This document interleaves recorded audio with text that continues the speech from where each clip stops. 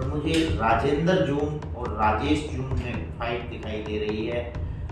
ये भी हो सकता है 2014 में भी राजेंद्र जून और राजेश जून की फाइट में जो फायदा हुआ था वो नरेश कौशिक को हुआ था, अब फायदा दिनेश कौशिक को ना हो जाए। यदि हम बात करें आपसे हिसार से, वहाँ इंडिपेंडेंट जो प्रत्याशी है सावित्री जिंदल वो दौड़ में आगे दिखाई दे रहे हैं। जाम सीट पर देखिए मुकाबला क्लोज लेके गए अनिरुद्ध चौधरी, परंतु आज की डेट तक अब तक श्रुति चौधरी वो शायद किरण चौधरी का जो अपना नहीं, सिरसा सीट को मैंने 5 में रखा है। यहाँ गोकुल सेतिया को एच है, गोपाल कांडा को एच नहीं है। सिरसा सीट पर आपको ध्यान रखना चाहिए सबसे ज्यादा जो 38,000 पंजाबी मतदाता और 40,000 जाट मतदाता। जींद जिले की 3 सीटें हो रही हैं सोनीपत में, उसमें विनेश फोगाट अब अपना चुनाव इजली 82,000 के करीब जाट मतदाता हैं। वो कंसोलिडेट होकर अधिकतर जो वोट्स हैं वो जा रहे हैं विनेश फोगाट की ओर। लेकिन सबसे बड़ा झटका यदि भूपेंद्र सिंह हुड्डा को कोई लोकसभा सीट दे रही है तो वो सोनीपत अभी क्षेत्र में थानेसर सीट कांग्रेस इजली जीत रही है। यहाँ बीजेपी केवल 1 सीट सेफली जीत पा रही है क्षेत्र में, वो आज की डेट में लाडवाही मानता हूँ। 6 सीटों पर जो कैपिटल जिले की 4 सीटें यहाँ पर जीत पा रही है कांग्रेस। भाजपा ने ध्रुवीकरण का पूरा प्रयास किया है। आज मैंने सभी अखबारों का फ्रंट पेज देखा, सभी पर एक ही चीज भाजपा ने अपनी एड्स में लगाने का प्रयास किया। जो कांग्रेस का शासन था सभी अखबारों में, सभी न्यूज़पेपर्स में कॉमन एड यहाँ पर भाजपा के द्वारा दी गई है और उसमें एक ही चीज को फोकस किया गया है कि दलित वोट बैंक को कैसे कांग्रेस से जोड़कर अपनी साइड लाया जाए। एक सेफली मार्जिन लेकर बलराम दानी आगे हैं, बलराज कुंडू और राधा अलावत दूसरे और तीसरे की फाइट लड़ रही है। लेकिन अगर विधानसभाओं पर कांग्रेस को आगे देख रहा हूँ, 2 विधानसभाएं कोसली और बहादुर, दोनों में जबरदस्त टक्कर है। कोसली में नमस्कार, मेरा नाम है सत सिंह, हरियाणा फाइल्स में आपका स्वागत है। हरियाणा चुनाव की कैंपेनिंग जब तक आप हमारा वीडियो देखेंगे खत्म होने की मुहाने पे होगी। अब हम जानेंगे कि 5 तारीख को जब घर से निकल के लोग मतदान करने जाएंगे तो लोगों का मूड क्या है, माहौल क्या है। हरियाणा में 90 विधानसभा सीटें हैं, 10 लोकसभा सीटें हैं और 22 डिस्ट्रिक्ट हैं। तो ऐसे में कहाँ किसको बढ़त है, कहाँ कौन कमजोर है। 2 नेशनल पार्टी कांग्रेस और बीजेपी आपस में टक्कर में है। रीजनल पार्टी जो गठबंधन में है इंडियन नेशनल लोकदल बसपा के साथ और जननायक जनता पार्टी असपा के साथ, और उसके अलावा लोगों का जो मूड है वो किसकी तरफ है, पूरी बातचीत करने के लिए और आंकड़ों के जादूगर जोगिंद्र कथुरिया राजनीतिक विश्लेषक आज हमारे साथ हैं। कथुरिया साहब, आपका स्वागत है सबसे पहले तो। और जल्दी लोग जानना चाह रहे हैं कि वे लोगों का मूड क्या है। हमें लोकसभा वाइज बता दें, आप 22 के 22 डिस्ट्रिक्ट और 90 की 90 विधानसभा कवर हो जाएंगी। एक मोटा एनालिसिस दे दीजिए। देखिए, पहले तो आपका बहुत बहुत धन्यवाद। एक परसों 5 अक्टूबर को लोकतंत्र का सबसे बड़ा पर्व है और हम सभी को अपना सामाजिक उत्तरदायित्व भी निभाना चाहिए। इस लोकतंत्र के पर्व में बढ़ चढ़कर हिस्सा लेना चाहिए, ज़्यादा से ज़्यादा मतदान करना चाहिए। ये मैं चैनल की ओर से भी अपील करता हूँ, जिन दर्शकों तक हमारी ये वीडियो पहुँच रही है वो ज़्यादा से ज़्यादा लोगों को मतदान करने के लिए प्रेरित करें। अब हम आते हैं रोहतक में बैठे हैं तो रोहतक से ही शुरुआत करते हैं। रोहतक लोकसभा में 9 विधानसभाएं आती हैं। 7 विधानसभाओं पर तस्वीर लगभग साफ दिखाई दे रही है, केवल 2 विधानसभाओं पर तस्वीर फंसी हुई है। मैं 7 विधानसभाओं पर कांग्रेस को आगे देख रहा हूँ। दो विधानसभाएं कोसली और बहादुरगढ़, दोनों में जबरदस्त टक्कर है। कोसली में कांग्रेस और भाजपा के बीच में सीधी टक्कर है। कांग्रेस के जगदीश यादव यहाँ टक्कर दे रहे हैं अनिल दहीना को। विक्रम सिंह यादव के भाजपा छोड़कर आने के बाद जगदीश यादव कुछ मजबूत भी दिखाई दे रहे हैं आज की परिस्थिति में कोसली में, पर फिर भी हम फाइट में ही मान रहे हैं कोसली सीट को। बहादुरगढ़ सीट में मुझे जो फाइट है, वैसे तो लोग ट्रायंगुलर मुकाबला बोल रहे हैं, पर मुझे राजेंद्र जून और राजेश जून में फाइट दिखाई दे रही है। ये भी हो सकता है 2014 में भी राजेंद्र जून और राजेश जून की फाइट में जो फायदा हुआ था वो नरेश कौशिक को हुआ था, अब फायदा दिनेश कौशिक को ना हो जाए। जो वोट भाजपा का खिसक कर राजेश जून की तरफ गया है, वो वापिस यदि भाजपा पाने में कामयाब हो जाती है तो भाजपा ये चुनाव जीत सकती है।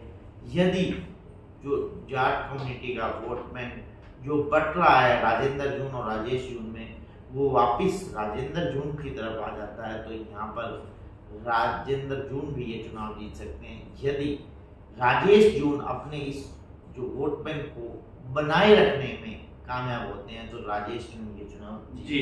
तो रोहतक लोकसभा का आपने बता दिया कि सिर्फ 2 विधानसभा हैं जिस पर टक्कर है, बाकी आपको क्लियर लग रहा है। देखिए, लोग महम में भी टक्कर बता रहे हैं, परंतु आज की जो परिस्थिति है, एक सेफली मार्जिन लेकर बलराम दांगी आगे हैं। बलराज कुंडू और राधा अहलावत दूसरे और तीसरे की फाइट लड़ रहे हैं। लेकिन अगर राधा अहलावत बनती हैं तो शायद पहला महम में ऐसा इतिहास बदलेगा कि एक महिला जो है विधायक बनी और पंचायती उम्मीदवार है। खैर, उसके बाद हिसार डिस्ट्रिक्ट का बताएं। देखिए, यदि हम हिसार डिस्ट्रिक्ट की तरफ जाएं तो हिसार डिस्ट्रिक्ट में टोटल 9 जो विधानसभा सीटें हैं, उसमें से उकलाना, नारनौंद, उचाना और नलवा, ये सीटों पर आज के देश में कांग्रेस आगे दिखाई। नारनौंद में भी कांग्रेस आगे दिखाई। कांग्रेस सेफली मार्जिन से नारनौंद में भी आगे दिखाई दे रही है। यदि हम बात करें आपसे हिसार से, वहाँ इंडिपेंडेंट जो प्रत्याशी है सावित्री जिंदल, वो दौड़ में आगे दिखाई दे रहे हैं। बड़वाला सीट पर ट्रायंगुलर फाइट है, परंतु जो मुझे आज की डेट में मुकाबला वो रामनिवास घोड़ेला और रणवीर गंगवा के बीच में दिखाई दे रहा है। अब आकर संजना साथरोड पिछड़ गई हैं। शुरुआत में उनका चुनाव बूस्ट हुआ था और ग्राफ भी आगे बढ़ा था। यदि बीजेपी 2 सीटें आज जो उनसे जीत रही है हिसार लोकसभा में, तो एक सीट तो मुझे सबसे पहले लगती है कि आदमपुर सीट यहाँ पर बचाने में कामयाब हो जाएगी। भव्य बिश्नोई जीत सकते हैं। भव्य बिश्नोई जीत सकते हैं। वहाँ पर भी एक जो जाट कम्युनिटी का मैक्सिमम वोट बैंक जा रहा है वहाँ चंद्र प्रकाश की। यदि चंद्र प्रकाश, देखो बिश्नोई वहाँ लगभग 30,000 के करीब, 25,000 की पोलिंग में लगभग 21 से 22,000 वोट मिनिमम भव्य बिश्नोई की तरफ जा रहे हैं। जो अदर ओबीसी वोट है, वहाँ अगर बंटवारा हुआ, जैसे कि वहाँ लगभग 17,000 के करीब प्रजापति समाज के वोट हैं, कई वहाँ बड़े बड़े गांव प्रजापति समाज के बाहुल्य गांव हैं, तो यदि ओबीसी वोट का बंटवारा हुआ तो यहाँ पर भजन लाल गागड़, जो कि 1968 के बाद आज तक कोई नहीं ढा पाया, तो इस बार तो क्या हिसार में भी जाट वोट कंसोलिडेट हो रहे हैं, इकट्ठा हो रहे हैं? बिल्कुल, पूरे हरियाणा का जो जाट वोट है वो कंसोलिडेट होकर। तो रिजर्व इसमें एक बात और भी, अगर जाट कंसोलिडेट होता है तो नॉन जाट भी कंसोलिडेट होने की चांसेस है। देखिए, भाजपा ने ध्रुवीकरण का पूरा प्रयास किया है। आज मैंने सभी अखबारों का फ्रंट पेज देखा, सभी पर एक ही चीज भाजपा ने अपनी एड्स में लगाने का प्रयास किया कि जो कांग्रेस का शासन था, सभी अखबारों में, सभी न्यूज़पेपर्स में कॉमन एड यहाँ पर भाजपा के द्वारा दी गई है। और उसमें एक ही चीज को फोकस किया गया है कि दलित वोट बैंक को कैसे कांग्रेस से जोड़कर अपनी साइड लाया जाए। जी तो हिसार में आपने बताया, उसका भिवानी का बताया। भिवानी लेबोरेटरी कही जाती है, पॉलिटिकल लेबोरेटरी ऑफ हरियाणा।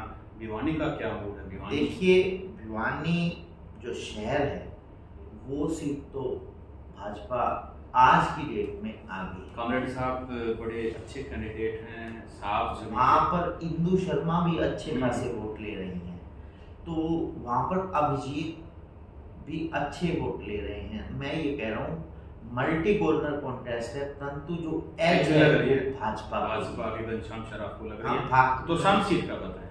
तो शाम सीट पर देखिए मुकाबला क्लोज लेके गए अनिरुद्ध चौधरी, परंतु आज की डेट तक अब तक श्रुति चौधरी वो शायद किरण चौधरी का जो अपना पेट वोट बैंक है और जो एक विरासत वाली बात है किरण चौधरी का, वो बेनिफिट उनको हो रहा है।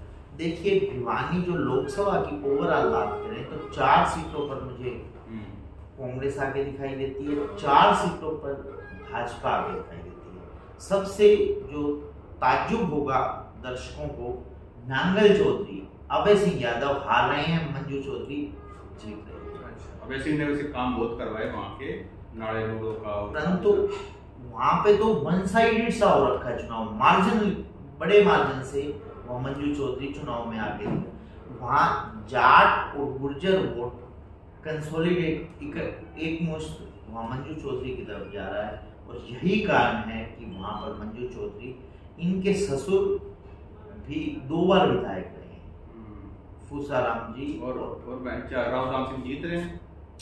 मैंने राव दान सिंह की ही सीट को फाइट में रखा है, बिल्कुल नेक टू नेक फाइट है। इसका मतलब रामविलास की टिकट काट के देना ये बीजेपी का बहुत ही सोची समझी रणनीति के तहत। देखिए, रामविलास भी लड़ते तो भी इतना मुकाबला होता है, ये मुकाबला जो हो रहा है एसडीएम संदीप सिंह की वजह से।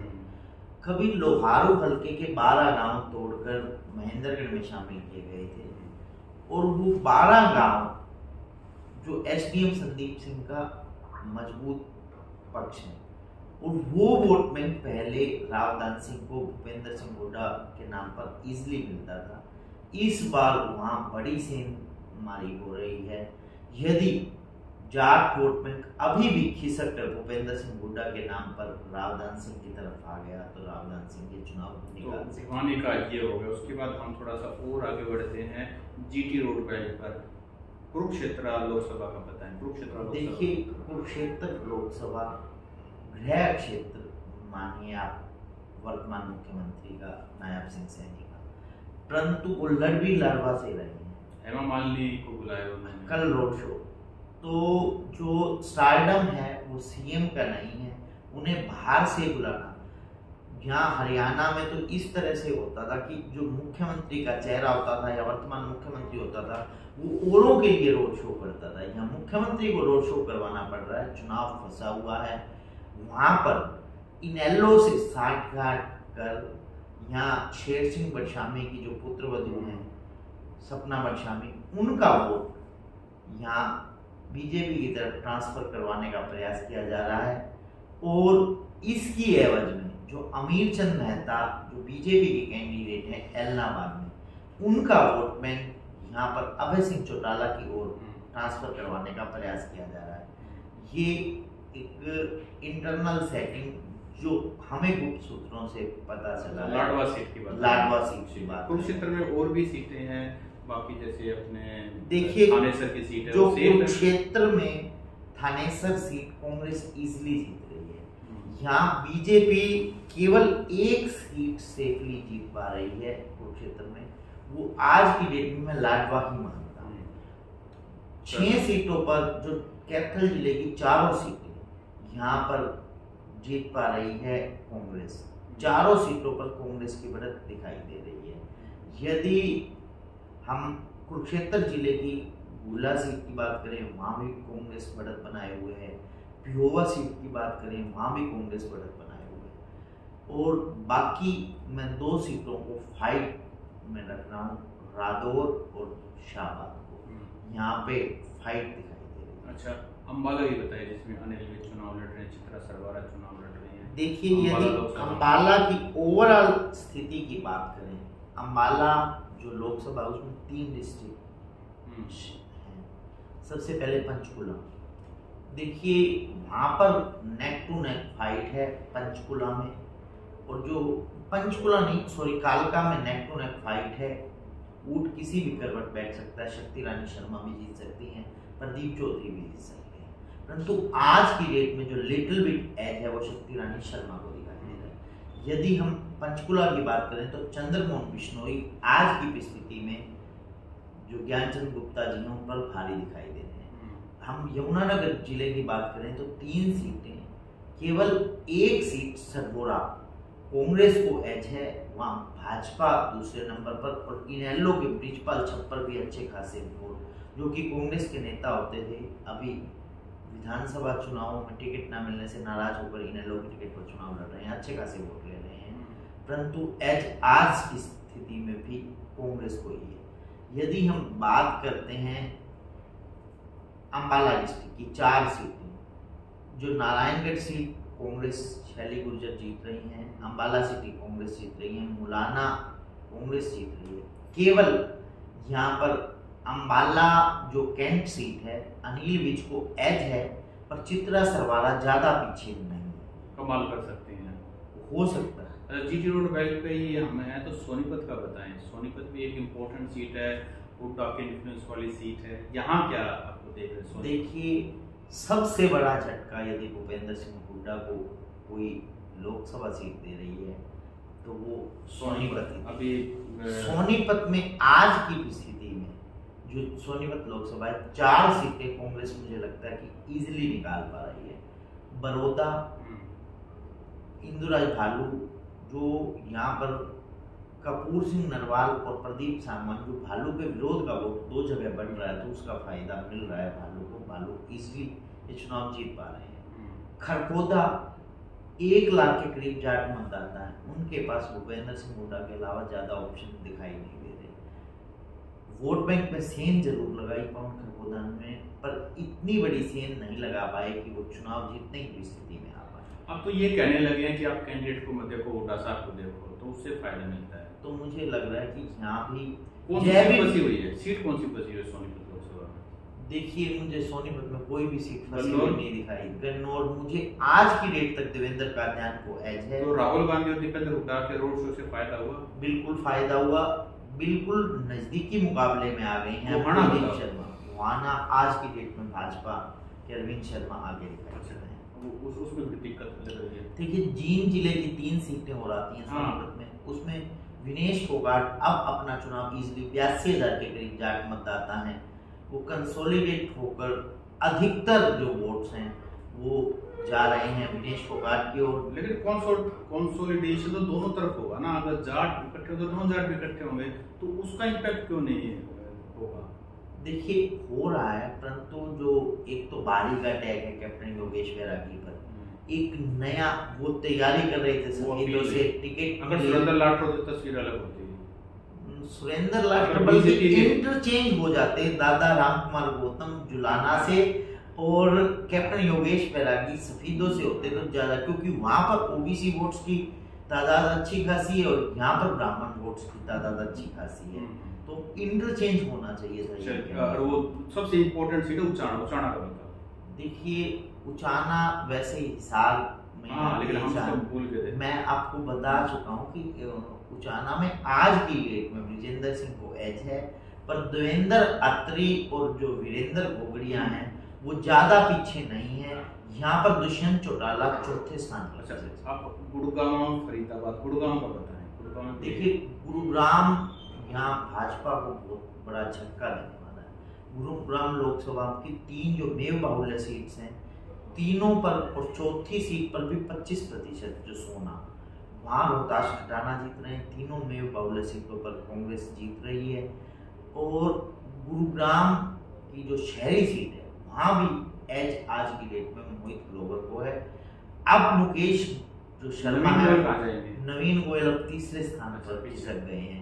मुकेश शर्मा का चुनाव उठकर 2रे स्थान पर आ गया है, मुकेश शर्मा 2रे स्थान पर बने हुए हैं।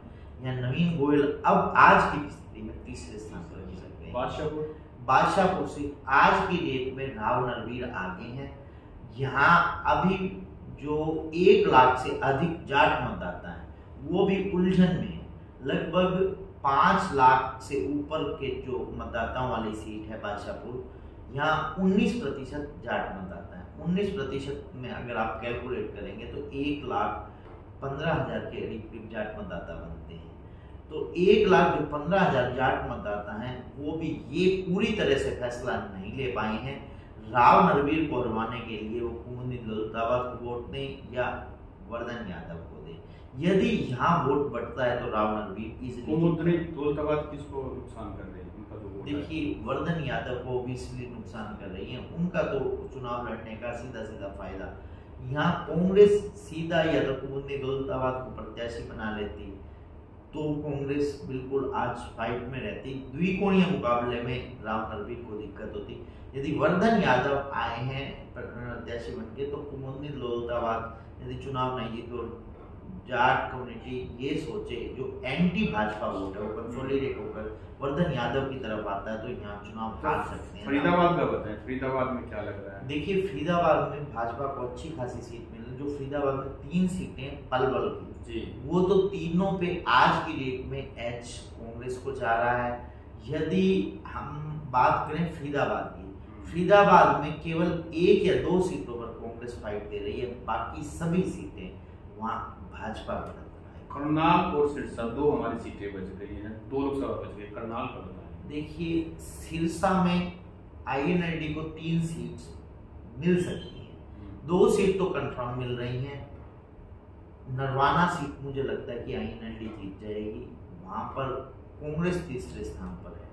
बीजेपी और आईएनएलडी की टक्कर है, आईएनएलडी नरवाना सीट जीतती हुई दिखाई दे रही है। यदि हम एलनाबाद, वहां कांग्रेस और आईएनएलडी की टक्कर है, आईएनएलडी को आज की डेट तक एज है।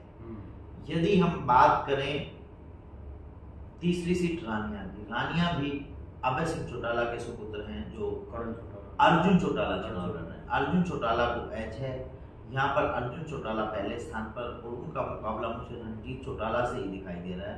यहाँ दादा और परपोतर के बीच में मुकाबला है। डबवाली सीट पे मुझे लग रहा है कि कांग्रेस के अमित सियाग आज की डेट में कंफर्टेबली नहीं, सिरसा सीट को मैंने 5 में रखा है। यहाँ गोकुल सेतिया को एच है, गोपाल कांडा को एच नहीं है।